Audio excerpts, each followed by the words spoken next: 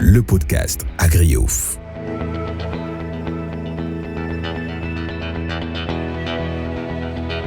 Les podcasts AgriOuf, votre cadre d'échange intimiste avec les acteurs du monde agricole et du monde de verre.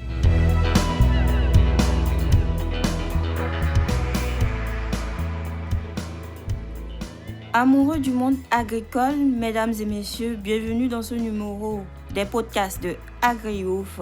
Nous vous amenons à la découverte d'entreprises, d'entrepreneurs et d'acteurs du monde agricole comme d'habitude. Nous échangeons aussi sur des thématiques en lien au domaine agricole, en lien au développement durable et à l'environnement et autres sujets similaires. Et aujourd'hui, je vous amène à la découverte d'une entrepreneur.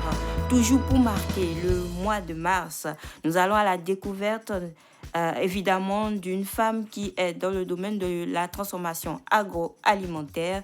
Elle s'appelle Dame Kenji Marlène Bademe. Bonjour. Bonjour madame.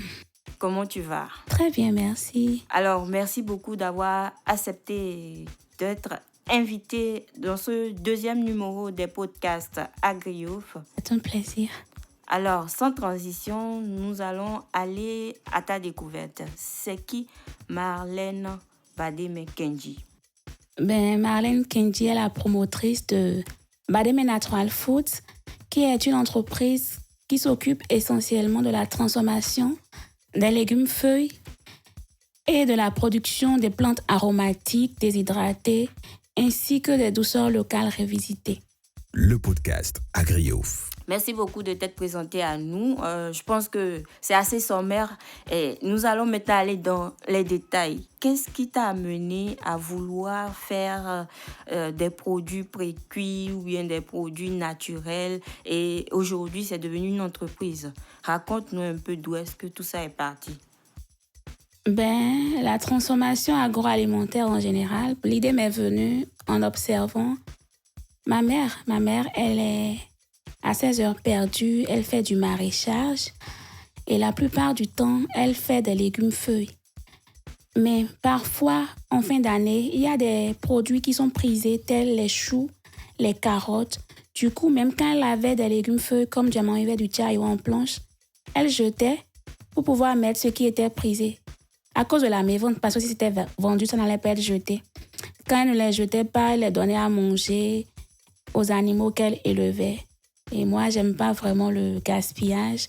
Et ça me peinait de la voir souffrir après de longs mois arrosés. Je l'aidais même parfois à arroser et prendre soin des plantes pour finir les jeter. Du coup, l'idée m'est arrivée de commencer à publier tout ce qu'elle vendait sur les réseaux sociaux, en parler à mes amis pour les vendre parce que j'adore vendre et j'aime bien le marketing. Donc, c'est comme ça que ça a pris. Mes amis achetaient. Et quand ils achetaient, je demandais des retours après utilisation des produits. Et quand on m'envoyait des retours, je les publiais sur les réseaux sociaux. Donc, les amis qui étaient à l'extérieur ont commencé par demander également, surtout les légumes feuilles. Parce que quand vous voyez la présentation d'une bonne sauce feuille, du montenja ou du madoka, mais quelle que soit votre position, vous avez envie de manger. Donc, c'est dans le souci de leur envoyer facilement des légumes feuilles que j'ai commencé à réfléchir parce que en format pré-cuit, c'était pas facilement transportable et la conservation, il y avait des problèmes. Et j'ai pensé au séchage, voilà. Un jour, comment j'ai pensé au séchage? J'ai toujours envoyé ma mère. Un jour, je la vois faire des légumes et puis sécher. Je me suis dit, tu veux en faire quoi? Elle m'a dit, j'envoie ça à ta tante qui est aux États-Unis. Je me suis dit calmement et une autre fois, quand elle avait jeté encore ses feuilles, je suis allée les chercher et j'ai déshydraté comme elle et j'ai fait à manger après, plus tard, à la maison. J'ai servi. Personne n'avait fait la différence entre des légumes feuilles, pré-cuits ou frais ou déshydratés. Et je leur avais dit que c'était du déshydraté, mais ils ne me croyaient pas.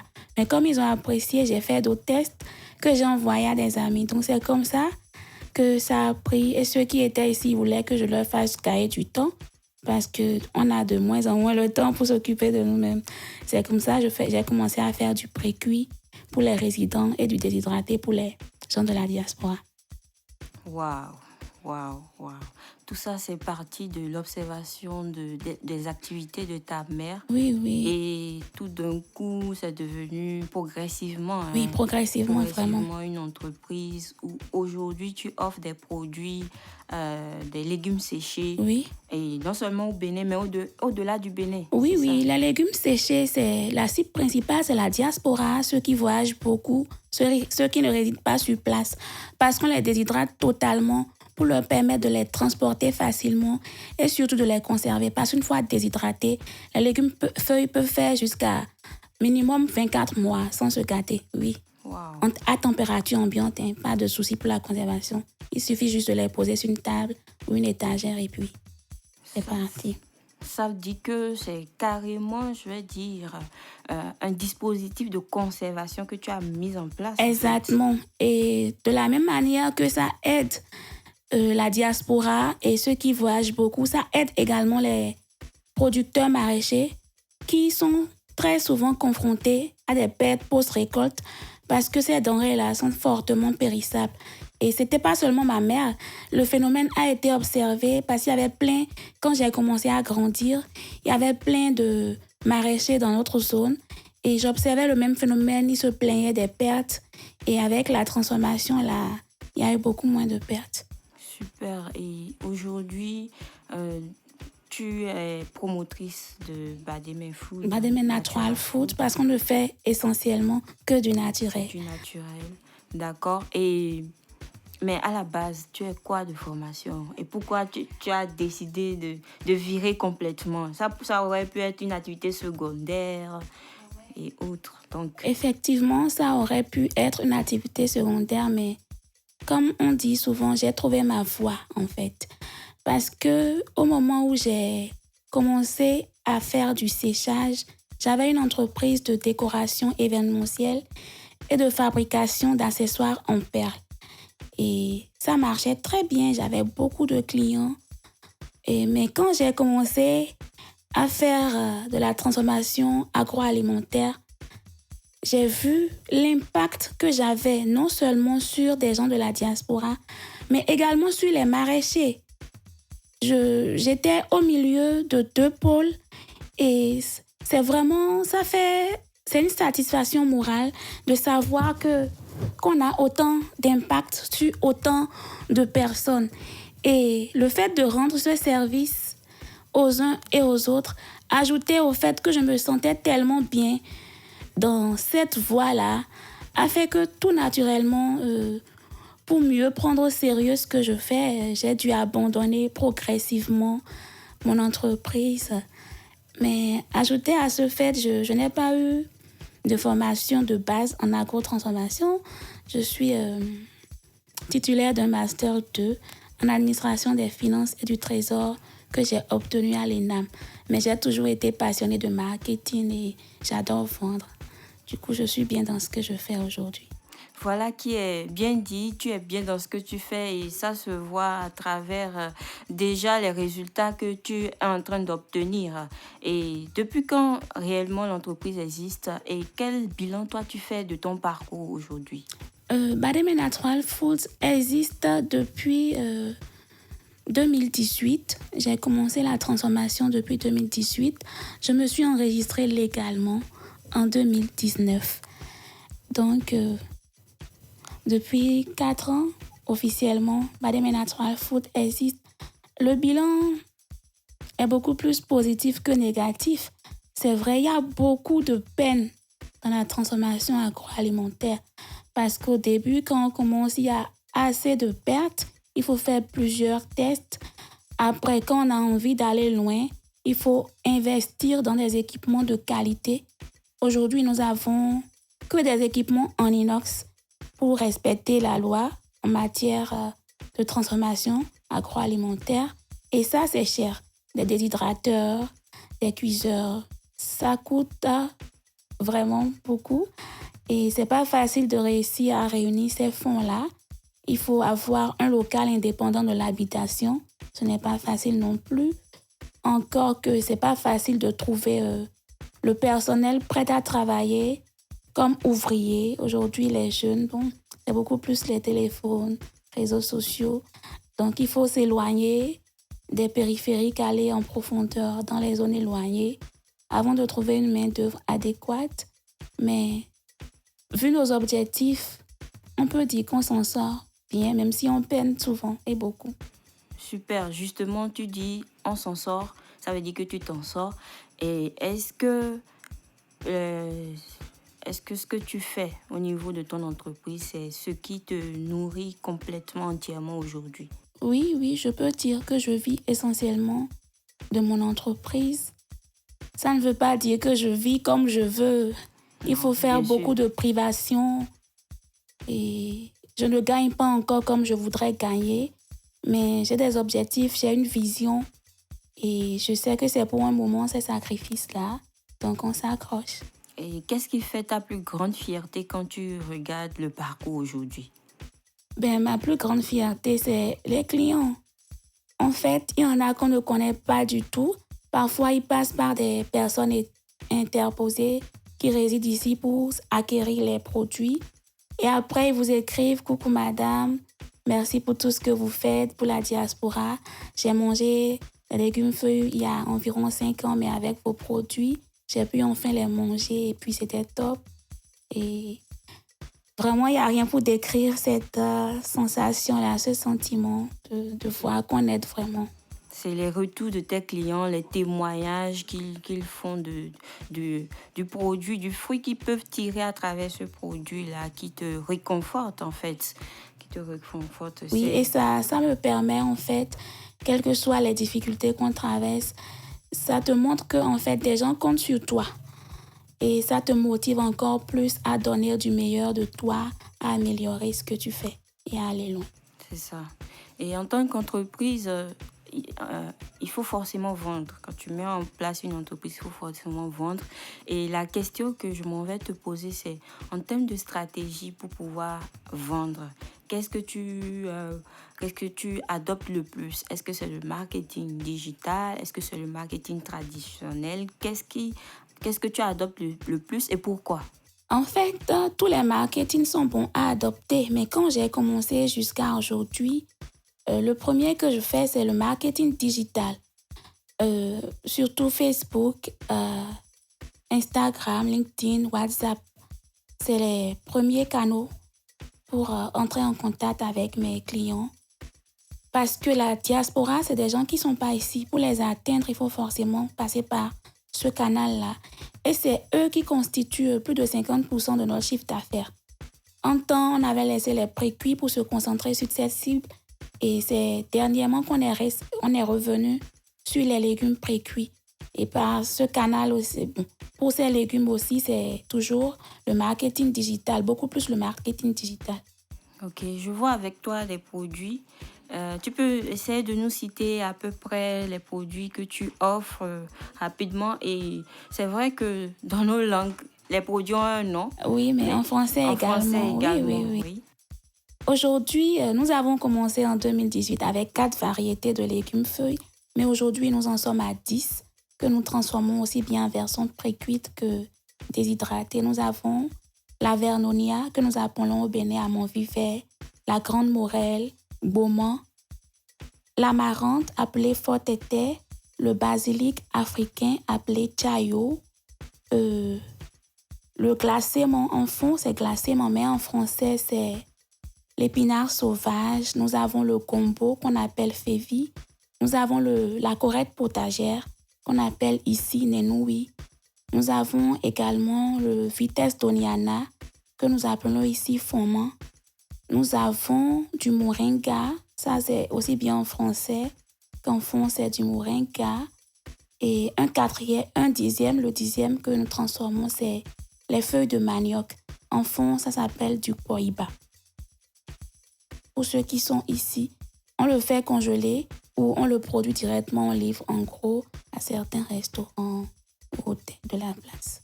Intéressant tout ça. Mais au-delà de tout cela, nous transformons également les plantes aromatiques puisqu'il faut rentabiliser le déshydrateur et c'est toujours dans le même sens de notre vision. Les plantes aromatiques, ça aide à avoir une bonne santé. Donc nous avons à ce jour 4 plantes, à savoir la citronnelle, la menthe poivrée, le gingembre est le bissap pour vous permettre de faire facilement vos infusions. Les citronnelles, par exemple, les feuilles de citronnelle, par exemple, sont déjà totalement lavées et nouées. Du coup, lorsque vous les prenez, vous les mettez dans de l'eau et c'est parti. Et c'est parti. Et je pense que on ne perdrait rien à venir ou à vouloir découvrir les produits de Bademé. Et donc, c'est une invitation à tous ceux qui nous écoutent là, à ne pas hésiter à vouloir découvrir ces produits-là, à tester. Moi, je les ai trouvés très intéressants d'ailleurs. Alors, dans ton parcours, quelle est la plus grande difficulté que tu as connue? Il y a tellement eu de difficultés que je ne saurais dire quelle est exactement la plus grande. Celle qui t'a le plus marqué? Je peux dire que c'est la période de Covid 2019. Parce que comme je le disais tantôt, quand j'ai commencé, à un moment, je faisais uniquement des déshydratés pour la diaspora. Avec la crise de Covid-19, les frontières ont été fermées. Or, avec ça, en fait, les frontières fermées, je ne peux pas vendre à l'extérieur. Alors que tout mon business était orienté vers l'extérieur. J'ai eu un gros choc. À un moment, j'ai carrément fermé l'entreprise. Je louais un local, je payais des ouvriers, mais on ne vendait pas. Donc, il fallait fermer. Puis, on n'avait même pas assez de fonds pour tourner. J'ai dû fermer un bon moment, mais j'ai même fait une dépression. Tout était venu à la fois. Wow. Mais pendant cette fermeture, je restais accrochée à ma vision. Et ça m'empêchait même de dormir. Et ça m'a permis de repartir chercher les précuits que j'avais laissés. Et en attendant que les frontières soient ouvertes, j'ai recommencé avec les précuits. Et aujourd'hui, j'ai vu que c'était une bonne décision. Comme quoi on dit en quelque sorte, parfois malheur est bon en fait. Et il faut être résilient vraiment. Merci, il faut être résilient. Et également, ça m'a permis cette période de Covid de m'orienter aussi, de me pencher aussi vers les douceurs locales revisitées que nous faisons, parfois à base des plantes aromatiques que nous transformons. Parce qu'il a été observé que la plupart des parents donnent souvent des friandises importées aux enfants, alors qu'il y a des friandises de chez nous avec lesquelles nos parents ont grandi. Mais maintenant qu'on est devenu grand à notre tour, on ne les sent pas, on ne les remarque pas. Il s'agit du handou, qu'on appelle dakwa dans certaines langues, ou zoé. Ce sont des boulettes d'arachide épicées. Donc, on les fait pimenter ou non, en de toutes petites formes, comme des dragées. Et on demande la cible, on leur offre ça pour qu'ils puissent partager à leurs convives lors des événements festifs. Et j'y tiens beaucoup à ce que nos enfants sachent que nous aussi, nous avons des douceurs locales chez nous. On fait également du tofu au lait sous toutes les formes, avec plusieurs aromatiques. Ça fait quand même assez de produits à découvrir, à connaître auprès de Bademé, et je trouve que c'est très intéressant. Et là, on est en train de découvrir une femme entrepreneur. Aujourd'hui, beaucoup de personnes militent pour qu'il y ait plus d'entrepreneurs, surtout au Bénin, en Afrique ici, pour qu'il y ait plus d'entrepreneurs. Mais pour toi, c'est quoi entreprendre? Est-ce que c'est ça la vision aussi pour toi? Bien sûr, puisque je l'ai dit, je me sens bien dans ce que je fais et il n'y a pas plus gratifiant que de savoir qu'on rend service aux uns et aux autres. Mais je pense que tout le monde ne peut pas non plus entreprendre. Même s'il y a assez de terre en Afrique, au Bénin, tout le monde ne peut pas entreprendre. Il faut avoir une vision, il faut résoudre un problème et surtout, il faut être résilient pour entreprendre. Surtout au Bénin où il y a peu de moyens à la disposition des primo-entrepreneurs. Surtout au Bénin où il faut plus de moyens, je suis complètement d'accord. Et c'est aussi bien en tant qu'entrepreneur de partager en fait des informations qui vont encourager les gens à se lancer également, à tenir ferme également dans ce qu'ils font, dans la vision qu'ils ont de l'entrepreneuriat et de leurs entreprises. Voilà pourquoi on va te demander maintenant, en termes de chiffre d'affaires, quel est le chiffre d'affaires de Bademé? Je ne vais pas vous dire mon chiffre d'affaires aujourd'hui. Permettez-moi de garder cette information pour moi pour le moment. Nous, on veut savoir en fait. On veut savoir. Il faut nous donner un chiffre quand même en termes de chiffre d'affaires, ce que tu as gagné le plus au niveau de ton entreprise et quelles sont tes perspectives? Ça peut être un intervalle, c'est pas un Ouais, problème. je pourrais dire que mon chiffre d'affaires, il évolue. Quand j'ai commencé, j'étais pas à ce chiffre et je grandis chaque année et ça me fait plaisir de voir que je grandis, même si je ne suis pas encore au 10e de mes objectifs.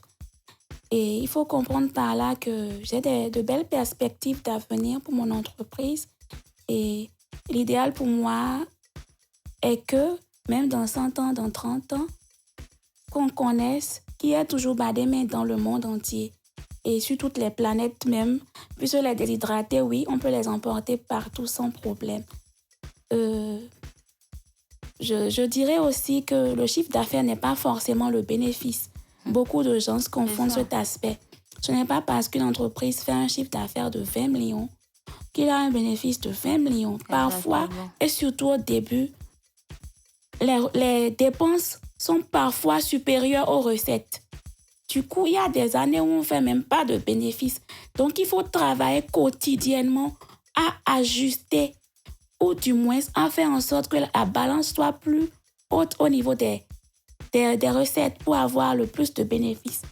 Et beaucoup ne voient pas ça en fait. Et quand on voit qu'une entreprise vend, et pour eux d'office, c'est que tout est beau, c'est des fleurs, mais c'est pas ça. Hein. C'est beaucoup de nuits blanches derrière, parce que vous ne savez pas ce qui se passe à l'intérieur. Et c'est pas au Bénin spécialement, faut pas rester dans son coin si on espère grandir.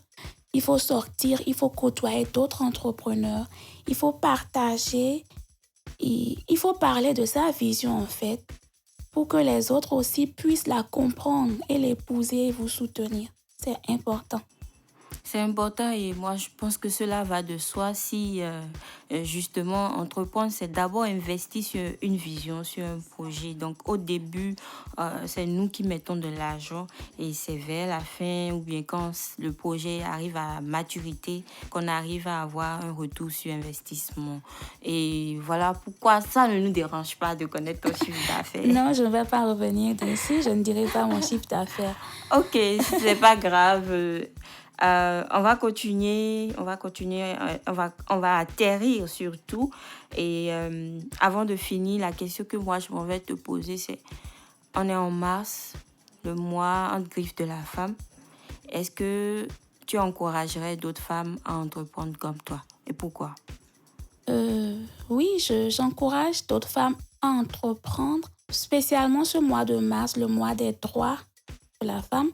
Il faudrait rappeler à toutes les femmes qu'aujourd'hui, nous avons des droits, mais par moment, par des endroits dans le monde, il y a des femmes comme nous qui n'arrivent pas à jouir de ces droits-là. Donc, une pensée pour toutes ces femmes-là qui n'arrivent pas, qui sont privées de leurs droits en fait. Et nous devons nous considérer comme chanceuses de pouvoir jouir pleinement de tous nos droits. Et j'encourage vivement les femmes à s'affirmer, à montrer ce qu'elles ont dans le ventre, parce que nous sommes toutes capables. Celles qui réussissent n'ont pas deux têtes. Nous avons toutes une seule tête et quand on a un rêve et qu'on s'y accroche, on travaille pour que ça se réalise. Donc c'est le travail, le centre de tout. On a toute une seule tête et on doit s'accrocher pour pouvoir réellement réaliser nos projets. Et c'est ce que je retiens. Et pour finir, un mot de fin qui te permet également de laisser pourquoi pas tes coordonnées si quelqu'un veut s'acquérir les produits de Bademé. Quel numéro contacter?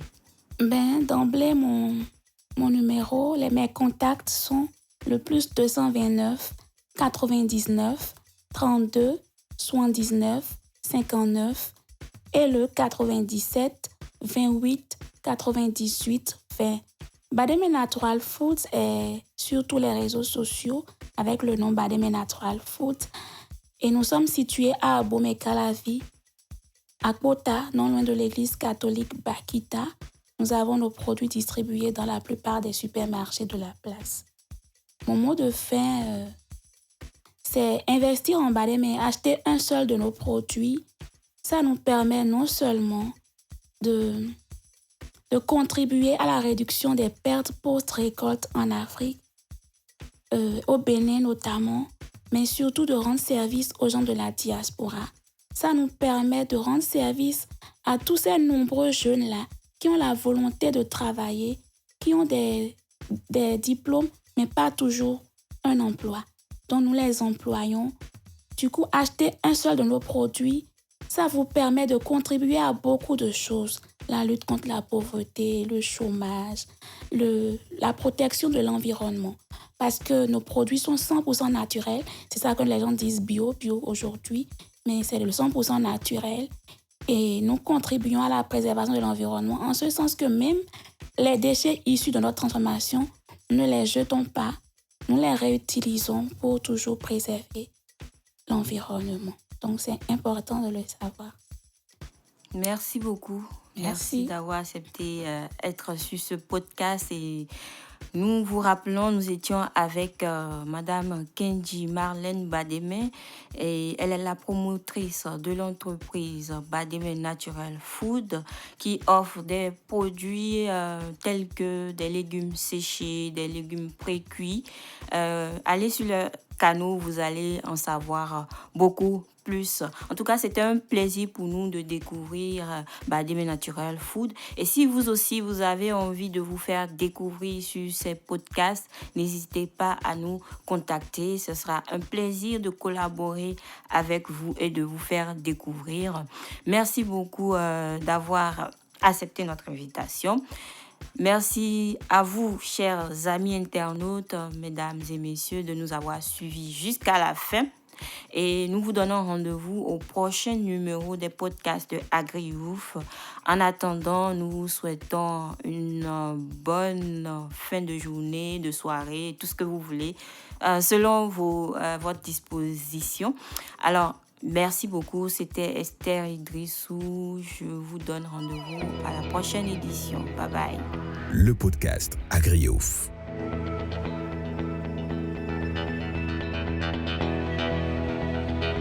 Les podcasts AgriYouth, votre cadre d'échange intimiste avec les acteurs du monde agricole et du monde de verre.